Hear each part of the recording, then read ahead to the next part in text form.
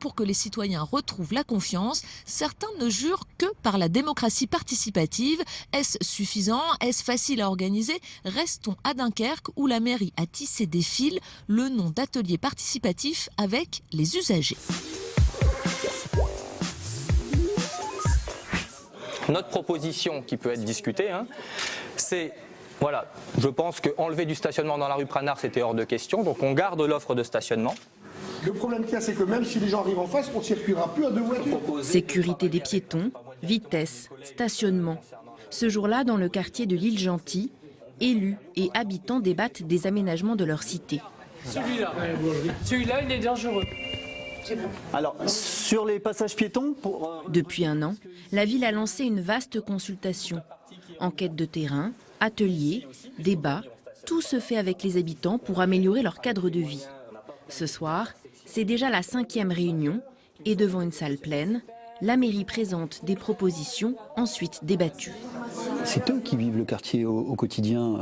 Après, nous, on a des réflexes souvent techno, on a des réglementations à appliquer, voilà. Mais l'expertise d'usage, c'est à un moment donné l'articulation des deux qui fait la qualité du projet. Et dans le quartier de l'Île Gentil comme ailleurs, pas toujours simple de faire primer l'intérêt collectif. Oui, et je voulais vous demander, quand je reviens avec mes courses, la voiture pleine, je me mets où, moi? C'est pas possible de faire un parking là? Non, la boulangerie, elle est là-bas. Allez, On continue? on continue. C'est de faire un parking. Valérie, la présidente de la maison du quartier prioritaire de l'Île Gentil, se bat pour son quartier depuis des années. Des blocs d'immeubles vieillissants, des installations dépassées et longtemps un sentiment d'abandon. Je vous ai dit, c'est un quartier populaire où voilà, c'est pas forcément un des quartiers les plus riches de Dunkerque.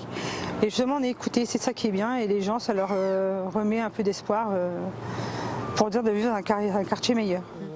Des réunions comme celle du quartier Gentil, il y en a eu des dizaines depuis l'arrivée du nouveau maire en 2014. On appelle ça les fils, les fabriques d'initiatives locales.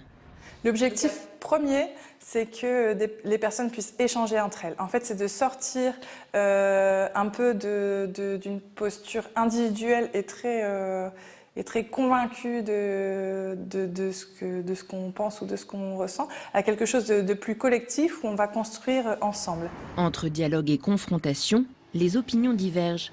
Pour trouver le meilleur compromis, la ville ne se limite pas à demander leur avis aux habitants. Elle organise également des événements pour éclairer leurs choix. L'éducation populaire est au cœur de la démocratie participative. Il faut pouvoir réfléchir à sa propre position, à comprendre la position de l'autre, et finalement pourquoi l'élu dit autre chose, pourquoi le technicien dit autre chose. Et pour faire un pas vers lui, il faut des éléments de compréhension et donc d'éducation populaire. Donc c'est au cœur de la démocratie.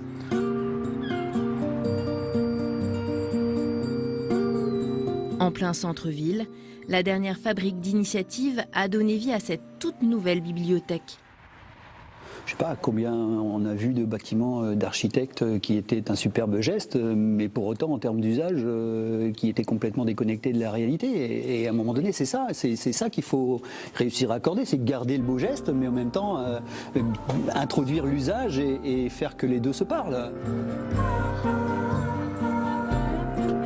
Quelques mètres plus loin, une aire de sport en plein air initiée par les adolescents du quartier.